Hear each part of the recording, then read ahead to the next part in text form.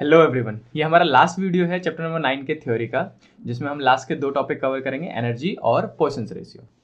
लेकिन इससे पहले मैं आपको दो मेन पॉइंट और बताऊंगा जो कि एनसीईआरटी ने ही प्रिंट कर रखा था, जो कि है सबसे पहला अपने पास कि हमने लास्ट वीडियो में यंग्स मॉडुलस, बल्क मॉडुलस और शियर मॉडुलस कवर किया था, राइट।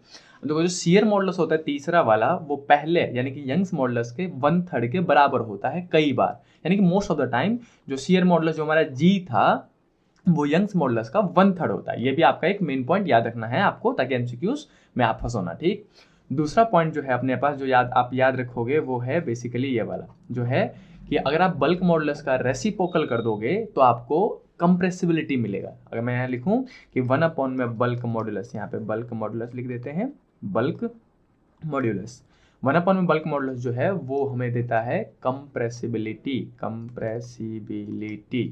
कंप्रेसिबिलिटी को डिनोट किससे करते हैं? के से। जो कंप्रेसिबिलिटी है इसको हम के से डिनोट करते हैं, और के इक्वल टू लिख सकते हैं 1 में बल्क मॉड्यूलस। तो आप ये दो मेन पॉइंट और याद रखोगे जो हमारा लास्ट वीडियो के रिगार्डिंग है। अब इस वीडियो में हम सबसे पहले जो टॉपिक स्टार्ट करेंगे वो है energy stored in stressed wire. अब जो अपना पहला टॉपिक है इस वीडियो का वो है, अब मैं पूरा लाइन लिखता हूँ उसका, वो है पोटेंशियल एनर्जी, या फिर एनर्जी भी लिख सकते थे सिर्फ, पोटेंशियल एनर्जी। मैं पूरा टॉपिक लिख देता हूँ, potential energy stored in stressed elastic wire. Stressed मतलब खींचा हुआ वायर है, स्ट्रेस्ड इलास्टिक वायर है। इलास्टिक वायर ले लिया हमने जिसको हमने खींच दिया, ठीक। अब इलास्टिक वायर मतलब ये मत पूछना कि वायर इलास्टिक कब से होने लगे, तो सिंपल सी बात है, थोड़ा बहुत तो इलास्टिसिटी होगा ही ना, और वायर तो खींचते ही हैं, तो इसलिए हम उसमें कंसिडरेशन कर रहे हैं कि एक वायर लिया हमने जिसको हम स्ट्रेच कर रहे हैं और उसमें कितना पोटेंशियल एनर्जी जमा हो रहा है वो निकालेंगे। तो देखो, इसमें एक छोटा सा कंसिडरेशन है। सबसे पहले आपको कंसिडरेशन करना पड़ेगा कि मान लो कि आपने एक छोटा सा पतला सा वायर लिया है जिसका इनिशियल लेंथ कितना माना हमने? Capital L. Capital L is the initial length जो हमारे पास पहला था। अब हमने इसको लेफ्ट साइड से यहाँ से फिक्स किया और फिर उस पर राइट साइड से फोर्स लगाया, तो होगा क्या? सिंपल सी बात है, स्ट्रेच्ड हो जाएगा, खिंच जाएगा, है ना, लंबा हो जाएगा। बहुत ज़्यादा फोर्स लगाओगे तो लंबा होगा ही होगा वायर। अब इस वायर को मान लेते हैं यहाँ तक लंबा हो गया, अगर हमने इधर से फोर्स एफ लगाया था और इधर से लेफ्ट साइड से फिक्स कर दिया था। तो देखो, इनिशियल लेंथ को अगर मैं मार्क कर दूँ, यहाँ से लेके यहाँ तक इनिशियल लेंथ था जो कि हमारा कैपिटल एल था, और इसके बाद जो लेंथ बढ़ा है ये वाला वो हमारा इलोंगेशन है, तो जिसको हम स्मॉल एल से डिनोट करेंगे। हाँ, हम डेल्टा एल से डिनोट करते थे, लेकिन इसको जैसे सिंस हमें डेरिवेशन करना है वो भी इंटीग्रेशन की मेथड से, इसीलिए हम इसको एल कंसिडरेशन कर रहे हैं। तो अब जब इंटीग्रेशन बोलूंगा तो आप समझ जाना कि लिमिट कहाँ से कहाँ तक लेंगे, जीरो से लेके एल तक। यानी कि हमने जीरो से खींचना स्टार्ट किया, पहले कितना इलोंगेशन था? जीरो, और बाद में कितना हो गया? एल। तो जीरो से लेके एल तक का इलोंगेशन देखेंगे। अब देखो, एक चीज और होना चाहिए आपको पता, जो कि है कि जब भी पोटेंशियल एनर्जी निकालने की या फिर डिराइव करने की बात हो, तो जो आपके माइंड में सबसे पहला टॉपिक क्लिक करना चाहिए वो है वर्क डन, कि वर्क डन निकालना पड़ेगा और वही पोटेंशियल एनर्जी के बराबर होगा। क्योंकि हमने पढ़ रखा है कि जो वर्क डन है वो पोटेंशियल एनर्जी के बराबर भी होता है। तो जब भी आपको 11th में पोटेंशियल एनर्जी बोला है तो सबसे पहले माइंड में क्लिक करना चाहिए, जैसे बोला पोटेंशियल एनर्जी मतलब वर्क डन निकालना पड़ेगा, वर्क डन निकाल के फिर बराबर रखूंगा। तो जो पोटेंशियल एनर्जी होता है उसको हम 11th में कैपिटल यू से डिनोट करते हैं, पी से नहीं, कैपिटल यू से डिनोट करेंगे। अब वो किसके बराबर होगा? वर्क डन के। अब वर्क डन का फॉर्मूला हम बचपन से पढ़ते आ रहे हैं, फोर्स इंटू में डिस्प्लेसमेंट होता है, यहाँ पे लिख दिया मैंने, फोर्स इंटू में डिस्प्लेसमेंट, राइट। अब देखो, इसी के नीचे आपको एक और छोटा सा कंसिडरेशन करना है कि पहले मान लो कि एक छोटा सा इंक्रीमेंट किया आपने डेल्टा एल का, यहाँ पे मैं डेल्टा एल का इंटीग्रेशन मतलब इलोंगेशन मान लेता हूँ कि छोटा सा, पहले छोटा सा लेंथ इंक्रीज होगा डेल्टा एल का, तो जो वर्क डन होगा या फिर पोटेंशियल एनर्जी को डायरेक्टली लिख देता हूँ, पोटेंशियल एनर्जी को क्या लिखोगे? फोर्स इंटू में डिस्प्लेसमेंट। डिस्प्लेसमेंट छोटा वाला लिया कितना? डी एल, ठीक। अब जो फोर्स है उसको भी रिप्लेस करते हैं हम कहाँ के, किससे? यंग्स मॉडुलस की मदद से। अब देखो, यंग्स मॉडुलस यहाँ पे बगल में आते हैं। हमने यंग्स मॉडुलस का फॉर्मूला लास्ट वीडियो में पढ़ा था, दैट वाज एफ अपॉन में ए, एल अपॉन में डेल्टा एल, राइट। जहाँ पे एल क्या था? इनिशियल लेंथ, और डेल्टा एल क्या था? इलोंगेशन। अब लेकिन जो इस बार हमने कंसिडर किया है वो क्या है कि इनिशियल लेंथ को कैपिटल एल माना है और इंक्रीज इन लेंथ को स्मॉल एल माना है। तो हमने अपने कंसिडरेशन के हिसाब से इसको रिप्लेस कर देंगे। मैं इसको थोड़ा सा और स्क्रॉल डाउन कर देता हूँ, देखो, थोड़ा सा ऊपर। अब जो यंग्स मॉडुलस का हमारे हिसाब से फॉर्मूला बनेगा वो यहाँ लिख देते हैं, young's modulus is equal to F का एफ, ए का ए, और इनिशियल लेंथ की जगह में कैपिटल एल लोगे और जो इलोंगेशन है उसकी जगह में स्मॉल एल लेंगे हम, ठीक। अब यहीं से आपको फोर्स निकाल के वापस इस वाले इक्वेशन में पुट करना है, राइट। तो मैं इसको पहले मिटा देता हूँ। अब देखो, अब जो यहाँ से अगर मैं फोर्स निकालूँ तो ये दोनों किस में है? डिवाइड में है, इधर जाएगा तो मल्टीप्लाई में, तो यंग्स मॉडुलस इनटू में एरिया इनटू में लेंथ स्मॉल एल है ना, और ये वाला कैपिटल एल किस में है, फोर्स के साथ मल्टीप्लाई में, तो इधर जाएगा तो डिवाइड में, तो अपॉन में capital L is equal to force निकल जाएगा, राइट। तो ये हमारा फोर्स निकला, इसको वापस आके इस इक्वेशन में पुट कर देंगे, तो जो पोटेंशियल एनर्जी निकलेगा वो फोर्स को रिप्लेस करके लिखेंगे young's modulus area capital L नहीं स्मॉल एल अपॉन में कैपिटल एल इनटू में डी एल, राइट। अब हमको दिख रहा है एल और डी एल, तो हम क्या करेंगे इंटीग्रेशन कर देंगे, कहाँ से लेकर कहाँ तक, जीरो से लेके एल तक, ताकि पूरा पोटेंशियल एनर्जी निकल जाए जीरो से लेके एल तक स्ट्रेच करने में। तो जो पोटेंशियल एनर्जी लिखेंगे वो लिखेंगे यंग्स मॉडुलस, देखो कांस्टेंट है, ये सब कांस्टेंट है, इसको बाहर निकाल देंगे, यंग्स मॉडुलस एरिया, सॉरी सारे ही कांस्टेंट नहीं है अपने पास, एल को छोड़ के बाकी सबको बाहर निकाल देंगे, तो यंग्स मॉडुलस एल बाहर जाएगा, एल बच जाएगा स्मॉल एल, और डी एल के साथ इंटीग्रेशन कर देंगे जीरो से लेके एल तक। अब देखो सबको पता है कि एल का इंटीग्रेशन एल स्क्वायर बाई 2 हो जाएगा, क्योंकि पावर कितना है 1, आप प्लस में 1 करोगे अपॉन में 2 कर दोगे, है ना, इंटीग्रेशन सबने सीख रखा होगा आपने। तो जो पोटेंशियल एनर्जी आता है U इज इक्वल टू आएगा यंग्स मॉडुलस एरिया अपॉन में कैपिटल एल, और ये बन जाएगा हमारा upper limit minus lower limit करने के बाद एल स्क्वायर बाई 2। तो जो बेसिक फॉर्मूला आया अपने पास वो कितना आया, देखो अब जो 2 है, सॉरी यहाँ पे जो 2 था उसको मैं आगे लिख देता हूँ हाफ करके, है ना, 1 अपॉन में 2 ही तो है, तो इसको लिख देंगे half young's modulus area into में एल का स्क्वायर अपॉन में कैपिटल एल, ये हमारे पास फाइनल फॉर्मूला निकल जाएगा इंटीग्रेशन की मदद से। लेकिन इसके बाद भी आपको 3 मेन फॉर्मूले और डिराइव करने पड़ेंगे, जो कि है पहले देखो अभी जो निकला है फॉर्मूला वो किसके टर्म में निकला है, यंग्स मॉडुलस और इंक्रीज इन लेंथ और कैपिटल एल के लेंथ के टर्म में, है ना। अभी जो और 3 फॉर्मूले आपको मेनली बार बार यूज होंगे न्यूमेरिकल्स में, वो है यंग्स मॉडुलस और स्ट्रेस के टर्म में, फिर दूसरा है यंग्स मॉडुलस और स्ट्रेन के टर्म में, और फिर तीसरा है स्ट्रेस और स्ट्रेन के टर्म में। 3 है, पहला यंग्स मॉडुलस और स्ट्रेन के टर्म स्ट्रेस के टर्म में, दूसरा है यंग्स मॉडुलस और स्ट्रेन के टर्म में, तीसरा है स्ट्रेस स्ट्रेन के टर्म में। वो भी बहुत आसान है, इजीली ड्राइव हो जाता है। देखो मैं इसी के नीचे स्क्रॉल करके फिर आपको दिखाता हूँ कैसे बेसिकली हम उसको भी ड्राइव कर सकते हैं। देखो अब इसी फॉर्मूले में जो हमने लास्ट डिराइव किया इंटीग्रेशन की मदद से, जो पोटेंशियल एनर्जी निकला वो हाफ का हाफ। अब मुझे स्ट्रेन लाना है इसमें, सबसे पहले स्ट्रेन ले आते हैं। तो स्ट्रेन का फॉर्मूला था अपने पास डेल्टा एल बाई एल, है ना, इंक्रीज लेंथ अपॉन में ओरिजिनल लेंथ। अब लेकिन हमने जो कंसिडर किया है उसमें डेल्टा एल जो है वो हमने क्या माना है, यहाँ लिख देता हूँ मैं डायरेक्टली दोबारा, strain is equal to increase in length कितना था, डेट वॉज स्मॉल एल, और हमारा इनिशियल लेंथ कितना था, कैपिटल एल, है ना। तो जब स्मॉल एल अपॉन में कैपिटल एल देखूँ तो मैं यहाँ पे स्ट्रेन लिख सकता हूँ रिप्लेस करके, लेकिन यहाँ पे देखो स्मॉल एल का स्क्वायर है ना, लेकिन कैपिटल एल का तो स्क्वायर नहीं है, तो नीचे भी स्क्वायर करा देंगे, कैसे, कैपिटल एल से मल्टीप्लाई और डिवाइड कर देंगे, नीचे वाला बन जाएगा स्क्वायर, है ना। तो यहाँ पे लिख दूंगा मैं हाफ का हाफ लिख दिया पहले से, हाफ का हाफ इंटू में यंग्स मॉडुलस, इंटू में ये वाला यंग्स मॉडुलस। अब एरिया को बाद में लिख देंगे, पहले स्मॉल एल का स्क्वायर अपॉन में नीचे देखो किसका बन गया, कैपिटल एल का स्क्वायर भी बन गया, और इंटू में ये वाला एरिया बाद में लिख देते हैं। तो एरिया इंटू में कैपिटल एल, अब देखो एरिया इंटू में कैपिटल एल तो वॉल्यूम बन जाएगा, एरिया इंटू में लेंथ वॉल्यूम होता है, और जो ये वाला पोर्शन है वो क्या बन जाएगा, एल का स्क्वायर और नीचे वाला एल का स्क्वायर, तो यहाँ पे भी स्ट्रेन का स्क्वायर आ जाएगा, राइट, यहाँ से। तो पोटेंशियल एनर्जी इक्वल टू जो पहला फॉर्मूला लिखेंगे हम यंग्स मॉडुलस और स्ट्रेन के टर्म में, वो लिखेंगे हाफ का हाफ स्ट्रेन का स्ट्रेन, और इसकी जगह में हम रिप्लेस कर देंगे स्ट्रेन के स्क्वायर से, है ना, क्योंकि ये अब जो ये एल स्क्वायर अपॉन में कैपिटल एल का स्क्वायर है वो हमारा स्ट्रेन का स्क्वायर है, तो इसको रिप्लेस करके हम क्या लिख सकते हैं, स्ट्रेन का स्क्वायर इंटू में एरिया इंटू में लेंथ क्या बन जाएगा, वॉल्यूम। तो ये हमारा पहला फॉर्मूला था मेन वाला जो आपको याद रखना पड़ेगा। अब आपको 2 फॉर्मूले और निकालना है, ये किसके टर्म में निकला, यंग्स मॉडुलस और स्ट्रेन के टर्म में। अब इसी में अगर मुझे दूसरा फॉर्मूला निकालना है तो हम क्या करेंगे, अब थोड़ा सा नीचे स्क्रॉल कर लेते हैं। देखो एक फॉर्मूले से एक निकलता चला जाता है, एक के नीचे एक आप करते चले जाओगे तो फॉर्मूला निकलता चला जाएगा। अब इसी फॉर्मूले में यंग्स मॉडुलस को रिप्लेस कर दूंगा, हटा ही देंगे। तो यंग्स मॉडुलस को हटाने के लिए आप क्या करोगे, सीधे सीधे लिखोगे स्ट्रेस अपॉन में स्ट्रेन। हाँ वो टेंसाइल स्ट्रेस अपॉन में लॉन्गिट्यूडिनल स्ट्रेन होता है, लेकिन हम डायरेक्टली स्ट्रेस अपॉन में स्ट्रेन भी लिख सकते हैं, राइट। तो यहाँ से हम क्या करेंगे, अब यंग्स मॉडुलस को हटाना है तो यंग्स मॉडुलस की वैल्यू उसमें पुट कर दो। तो देखो पोटेंशियल एनर्जी का पोटेंशियल एनर्जी हाफ का हाफ, बहुत आसान है, एक नीचे एक पुट करते चले जाओ, आंसर निकलते चला जाता है। तो वो यंग्स मॉडुलस की जगह में यहाँ पे जो यंग्स मॉडुलस था उसकी जगह में हम क्या करेंगे, यहाँ पे लिख देंगे स्ट्रेस अपॉन में स्ट्रेन, है ना, और इनटू में स्ट्रेन का स्क्वायर आ जाएगा, यहाँ पे स्ट्रेन का स्क्वायर लिख देंगे, इनटू में जो वॉल्यूम लिखा हुआ था लास्ट में वो लिख दिया। अब देखो यहाँ पे स्ट्रेन का स्क्वायर है और यहाँ पे सिर्फ एक स्ट्रेन है, तो एक स्ट्रेन से स्क्वायर कट जाएगा, एक स्ट्रेन बच जाएगा। तो हमारे पास जो फाइनल फॉर्मूला निकलेगा एक और, वो है हाफ इंटू में स्ट्रेस इंटू में स्ट्रेन और इनटू में वॉल्यूम। देखो ये फॉर्मूला किसके टर्म में निकला, स्ट्रेस और स्ट्रेन के टर्म में। इसमें यंग्स मॉडुलस नहीं है। अगर क्वेश्चन में यंग्स मॉडुलस नहीं है, स्ट्रेस और स्ट्रेन दे रखा है, तो आप इस फॉर्मूले का डायरेक्टली यूज कर सकते हो। तो दो फॉर्मूले निकल गए, एक फॉर्मूला और बचा हुआ है। पहला फॉर्मूला किसके बीच में निकला है हमारा, यंग्स मॉडुलस और स्ट्रेन के टर्म में। दूसरा निकला है स्ट्रेस और स्ट्रेन के टर्म में। और तीसरा निकलेगा अपने पास सिर्फ यंग्स मॉडुलस और स्ट्रेस के टर्म में, वो भी इसी से निकलेगा। हाँ, तीसरे फॉर्मूले से, तीसरे फॉर्मूले में कंसिडरेशन करते चले जाएंगे, पुट करते चले जाएंगे, अपने आप आंसर निकल जाएगा। देखो अब इसी में वापस से मुझे क्या निकालना है, स्ट्रेन को हटाना है। इस बार स्ट्रेन नहीं चाहिए, और क्या चाहिए, स्ट्रेस चाहिए। तो हम क्या करेंगे, फिर से यंग्स मॉडुलस को पकड़ेंगे।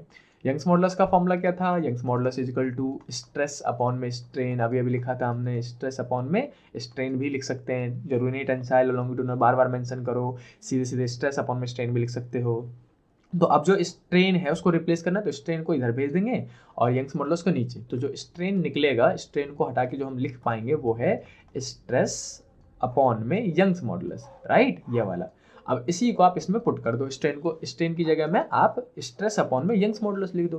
तो जो एक और फॉर्मूला निकलेगा वो देखो, हाफ स्ट्रेस का स्ट्रेस, पहले यहाँ पे स्ट्रेस लिख दिया, इनटू में स्ट्रेन की जगह हम लिखेंगे यहाँ पे स्ट्रेस अपॉन में यंग्स मॉडुलस, इनटू में जो वॉल्यूम था वो लिख दिया हमने।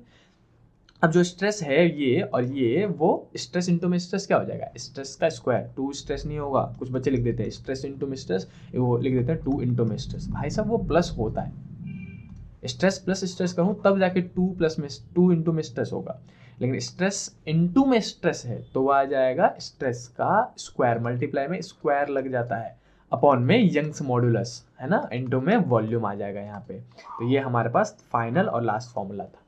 तो आपने टोटल 4 फॉर्मूले निकाले, जिसमें से 3 मेन फॉर्मूले, जो इंटीग्रेशन वाला मेन पहला फॉर्मूला निकाला था उसी से सारे फॉर्मूले निकलते हैं हमारे, है ना।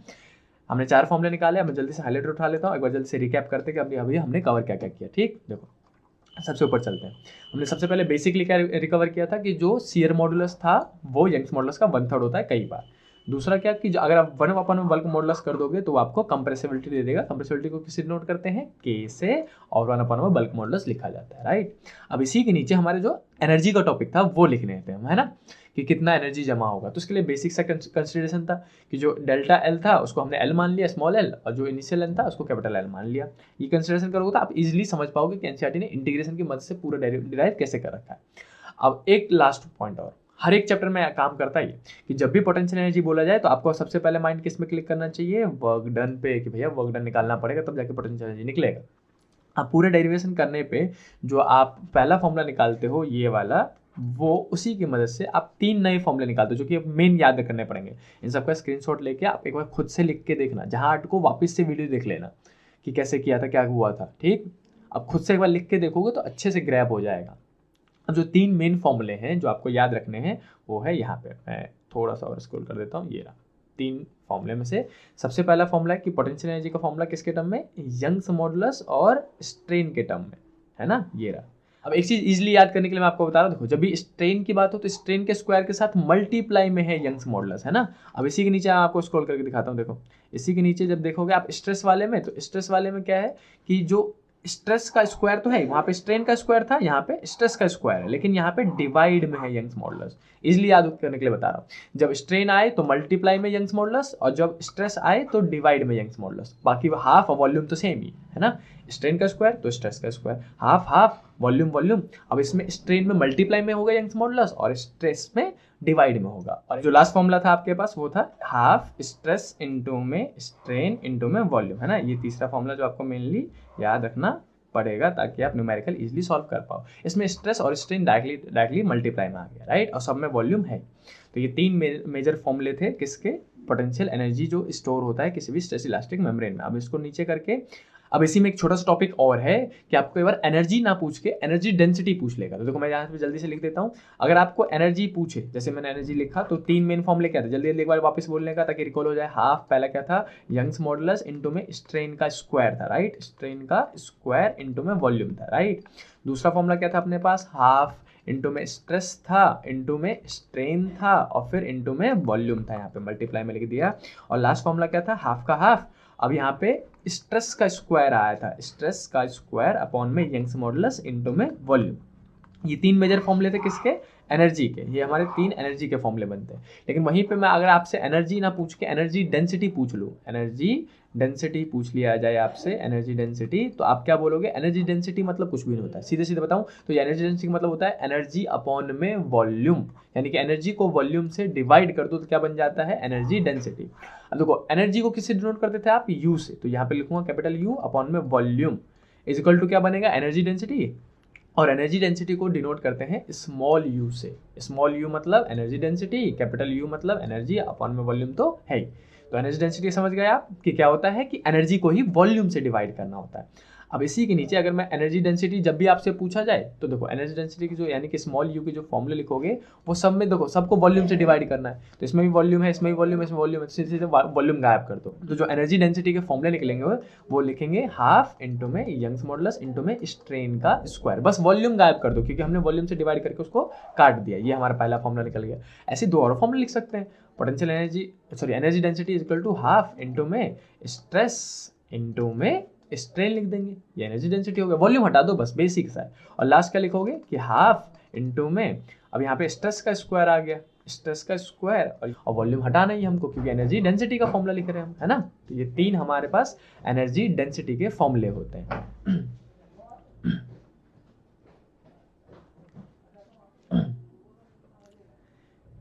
तो ये था टोटल जो कि एनर्जी आपसे मैक्सिमम पूछा जा सकता है अगर पूछा भी गया तो ये 3 इधर के जो लेफ्ट साइड में हमारे पास वो एनर्जी के फॉर्मूले हैं, और इधर वाले 3 फॉर्मूले किसके हैं, एनर्जी डेंसिटी के। अब एनर्जी डेंसिटी क्या होता है, एनर्जी अपॉन में वॉल्यूम।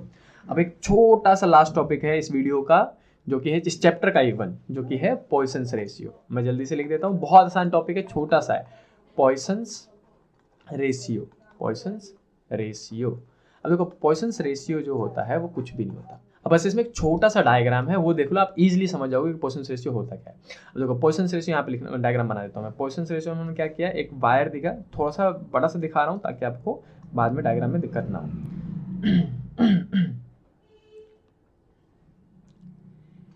ये हमने एक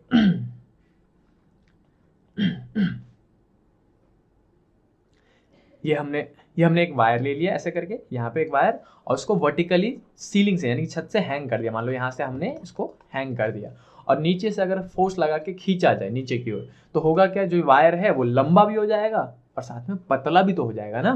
तो जैसे ही सीलिंग से लटका के, छत से लटका के आप उसको नीचे की ओर खींचोगे बहुत ज़्यादा फोर्स लगा के, हाँ ऐसा नहीं कि उखड़ नहीं जाएगा, ये नहीं बोलना है कि उखड़ ही जाएगा, वो तो होगा ही होगा। लेकिन आपने मान लो कि बिल्कुल फिक्स कर दिया है, अब खींचोगे तो क्या होगा, जो वायर होगा वो लंबा होगा, यानी कि मैं ऐसे डॉट डॉट करके दिखा देता हूँ, वायर जो होगा वो लंबा भी हो जाएगा और पहले से पतला भी हो जाएगा, राइट, यहाँ पे ऐसे करके। तो जो इनिशियल लेंथ था उसको आप क्या मानोगे, अब एल मान लो, और जो इंक्रीज इन लेंथ हुआ उसको जो हम बेसिकली पिछले वीडियोस में मान रहे थे डेल्टा एल, वही मान लेते हैं डेल्टा एल, राइट। अब दूसरा, इसी में डायमीटर में भी तो चेंज आ रहा है ना, तो डायमीटर का भी चेंज लिखना पड़ेगा आपको, जो कि है अपने पास कि यहाँ पे पहले डायमीटर कितना था, ये वाला जो मैंने कलरफुल पेन से किया है वो कितना था डायमीटर, कैपिटल डी, और जो डिक्रीज इन डायमीटर आया है, डायमीटर जो घटा है उसको हम क्या देते हैं, माइनस के, इसको मिला के और इसको मिला के, यहाँ के दोनों का मिला के क्या लिख देते हैं, माइनस के डेल्टा डी। माइनस क्यों लगाया, क्योंकि डिक्रीज हो रहा है, डेल्टा डी मतलब चेंज इन डायमीटर। अब देखो, अब हमें पता है बेसिकली हम स्ट्रेन की बात करते थे, पॉइसन्स रेशियो कुछ नहीं होता, बस एक दो 3 मिनट में और समझ में आ जाएगा टोटली आपके पास कि पॉइसन्स रेशियो होता क्या है। तो हमारे पास स्ट्रेन होता था ना, अब स्ट्रेन में हमारे पास फॉर्मूला क्या था, चेंज अपॉन में ओरिजिनल, यहाँ पे लिख देता हूँ मैं, चेंज अपॉन में ओरिजिनल कहा करते थे डायरेक्टली हम, है ना, चेंज अपॉन में ओरिजिनल। अब तो यहाँ पे लेंथ में भी चेंज हो रहा है और डायमीटर में भी चेंज हो रहा है, तो 2 स्ट्रेन लिखे जाते हैं यहाँ पे। अब जो पहला डायमीटर में चेंज हो रहा है उसको हम कहते हैं, देखो 2 चीजें होती है ना, एक तो लॉन्गिट्यूडनल होता है, लंबा लंबा हो तो लॉन्गिट्यूडनल, और लेटा हो तो लेटरल कहते हैं इसको, लेटरल और लॉन्गिट्यूडनल। तो यहाँ पे लिखेंगे सबसे पहले लेटे हुए का, यानी कि डायमीटर वाले का, तो डायमीटर का जो चेंज आएगा वो आएगा लेटरल स्ट्रेन, नाम देते हैं हम इसको लेटरल स्ट्रेन, एक नाम है जो कि हमने, जो हॉरिजॉन्टली वाला चेंज आएगा उसको लिखेंगे। तो लेटरल स्ट्रेन जो है वो क्या होगा, चेंज कितने का आया था, माइनस के डेल्टा डी का, तो माइनस के डेल्टा डी अपॉन में ओरिजिनल डायमीटर कितना था, कैपिटल डी। तो ये हो गया हमारा इक्वेशन नंबर 1। अब इसी में लॉन्गिट्यूडनल स्ट्रेन भी तो आया है, लंबाई भी तो बढ़ी है, तो उसी को लिखेंगे लंबाई का वाला, तो उसको लिखेंगे हम लॉन्गिट्यूडनल, लॉन्गिट्यूडिनल स्ट्रेन। अब लॉन्गिट्यूडिनल स्ट्रेन क्या होता है, छोटा सा है ये भी देख लो, इंक्रीज इन लेंथ अपॉन में ओरिजिनल लेंथ। इंक्रीज कितना हुआ था, डेल्टा एल, ओरिजिनल कितना था एल, तो यहाँ पे लिख देंगे डेल्टा एल बाई एल। तो ये हमारा हो गया क्वेश्चन नंबर 2। और सिंपल सा बताऊं, पॉइसंस और रेशियो, रेशियो मतलब क्या, डिवाइड। अगर आप लेटरल स्ट्रेन को डिवाइड कर दोगे किससे, लॉन्गिट्यूडिनल स्ट्रेन से, तो ये बन जाएगा पॉइसंस रेशियो। यही है पॉइसंस रेशियो, डिवाइड कर दो बस इन दोनों को। अब पॉइसंस रेशियो को डिनोट किससे करते हैं, सिग्मा से। तो यहाँ पे लिख देता हूँ मैं, सिग्मा इज इक्वल टू, जो फॉर्मूला होता है अपने पास, सिग्मा मतलब कौन, पॉइसंस रेशियो, वो क्या होता है, लेटरल स्ट्रेन अपॉन में लॉन्गिट्यूडिनल स्ट्रेन। सिंपल सा बात है, लॉन्गिट्यूड मतलब लेंथ में कितना चेंज आया, और लेटरल मतलब डायमीटर में कितना आया। दोनों को अगर आप लिख दोगे, लॉन्गिट्यूडिनल लिखना भूल गए, लॉन्गिट्यूडिनल स्ट्रेन, दोनों को अगर आप डिवाइड कर दोगे तो क्या बन जाएगा, वो पॉइसंस रेशियो। इतना आसान है, छोटा सा था, बस खत्म। और इसके न्यूमेरिकल्स है भी नहीं, एनसीईआरटी में तो बिल्कुल भी नहीं है, और एडिशनल बुक में हार्डली 2-3 क्वेश्चन होंगे। तो यहाँ पे अगर मैं फॉर्मूला लिखूँ तो माइनस के डेल्टा बी अपॉन में D, sorry delta D upon में डी अपॉन में डेल्टा एल अपॉन में एल, ये फाइनल फॉर्मूला बन जाता है पॉइसंस रेशियो। बस पता होना चाहिए डेफिनेशंस के लिए ये कि पॉइसंस रेशियो क्या होता है। अगर आपसे गलती से किसी ने पूछ भी दिया तो आप डायरेक्टली बोलोगे कुछ भी नहीं होता, पॉइसंस रेशियो कुछ भी नहीं होता। ये क्या होता है, सिंपल सा बात है, लेटरल स्ट्रेन अपॉन में लॉन्गिट्यूडिनल स्ट्रेन, यानी कि डायमीटर में कितना चेंज आया अपॉन में लेंथ में कितना चेंज आया, fractional change in diameter upon में फ्रैक्शनल चेंज इन लेंथ, बस इतना सा। तो ये था पूरा चैप्टर आपका, जिसमें आपने 5 मेजर टॉपिक कवर कर लिए। पहला था इलास्टिसिटी प्लास्टिसिटी, दूसरा था स्ट्रेस स्ट्रेन, तीसरा था हुक्स लॉ, चौथा था एनर्जी, एंड 5वां था पॉइसंस रेशियो।